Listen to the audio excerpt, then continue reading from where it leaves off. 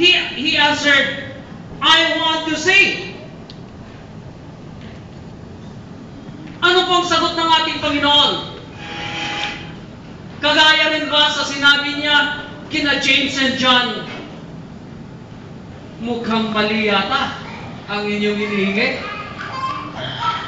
But the Lord Jesus, when He heard that the blind man is asking for him to see, the Lord said, go, said Jesus, your faith has healed you.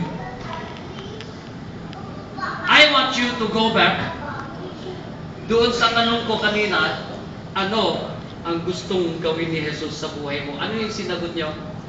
Pakibahagi ulit. You still remember what you said? Sasabihin ba ng ating Panginoon ngayon, because of your faith, you are healed. Because of your faith, I will provide your need. Ganun po kabilis. Go, said Jesus. Your faith has healed you. Immediately, he received his sight and followed Jesus along the road. Ano po ang connection ng ating mensahe sa ating pong baby dedication? For Junjun and Jackie. Ano ang pwedeng gawin ni Jesus na hihilingin nyo para kay Lilac? Sagutin nyo ngayon. Huwag yung sabihin sa akin. Just in your mind. Ano ang gusto nyong gawin ni Jesus sa buhay ni Lilac?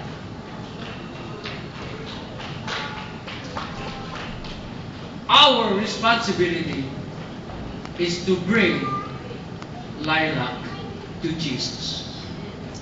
Our responsibility is to guide Lilac to grow so that pagdating sa kanyang pagkakataon na makilala niya Panginoon, she will accept the Lord Jesus Christ as her Lord and Savior. Siya po'y maglilingkod sa Panginoon. At maaring magiging pastora siya. Ewan ko kung matutuwa kayo, mga magulang niya. Kasi anong ambition mo? Doktor. Bakit? Sana, para magamot ko yung mga may sakit. Gusto natin yung kuminsan. Pero kung ang isasagot ng anak natin, maging pastor. Naku anak, wag. What is your desire for Lilac?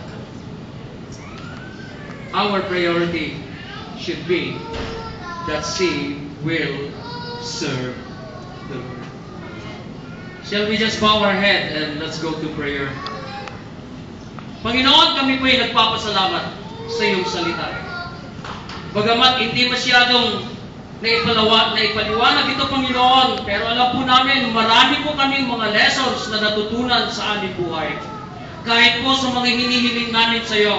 Lord, sometimes we ask, and yet we're missing, O Lord, the real thing that we should ask before you. Sa aming pong buhay, sometimes it's very hard for us to follow you. What we want is that you will answer all our prayers, but we can serve you. Panginoon, kahit po sa buhay ni Bartimaeus, salamat po, that even in the midst of a large crowd, and when we shout, Jesus, Son of David, and because of our faith, whatever need we have, we know that you will answer it. And when we are sick, we know that you will heal us. Kaya po, Panginoon, sa oras na ito, it is my prayer that even for the life of John and Jackie, Panginoon, may nakita silang mensahe para sa kanila sa mga bahagi ito, Panginoon. Kaya po, Panginoon, pagpalain mo nga po ang magulang na ito, Panginoon. Lord, I pray that you'll just give them wisdom. Wisdom in taking care of Lilac.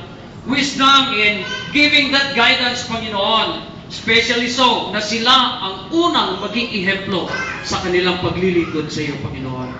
Pagpalain mo ang iyong salita na nawa nga naging pagpapala sa bawat isa sa amin.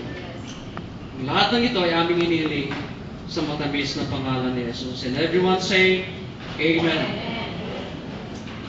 Sa oras nito, ating pong iwi-witness na po ang ating pong pag-aalay sa batang si Eda Laila. Kaya tinatawagan ko po ang mga magulang na dala-dala si Eda Laila Raposas.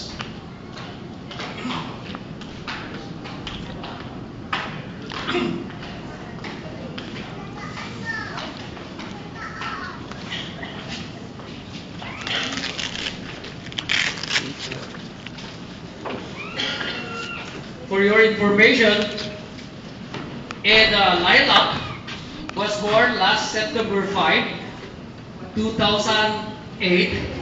So exactly the same day today that she will be celebrating, she'll celebrate her first birthday. So, pinagkaisa na yung kanyang baby dedication. Actually po, magwa 1 year siya mamayang hapon. 2:15 in the afternoon. Kasi doon yun yung oras na lumabas siya. So, magiging 1 year siya, mamaya, 2:15.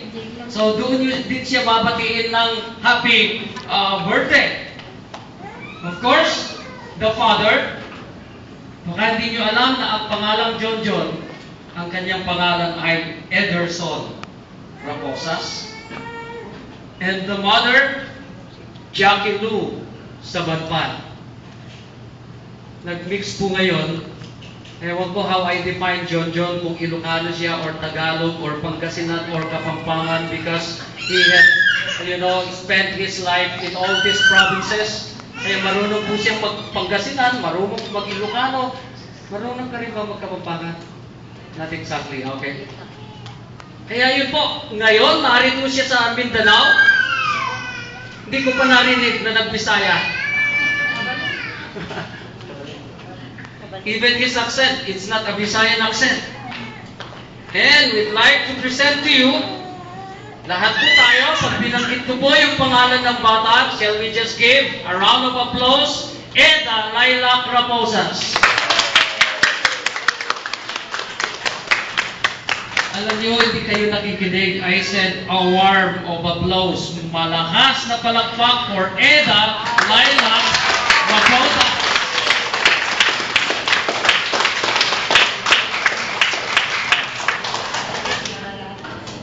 Natawagan ko rin po ang mga sponsors, yung mga ninong at ninang. Maureen Flor Nicolas, if you're here. Kasama ka ba? Angeli Rose Basket Montero. Anong gawin? Tanggalin. Jenny Basilio.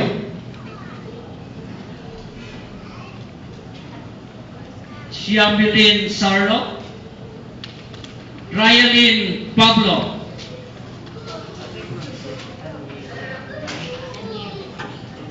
Anyeve Urabia. Lahat po tayo, dito po tayo sa unahan. Miguel Dumancas, Edsel John Raposas, Sigfred Dilabas, Erwin Michael Maluyang, Daniel Pleños, JC Manuel Sabatpan, Albert Rose Mularto, and Iles Rui Caceres.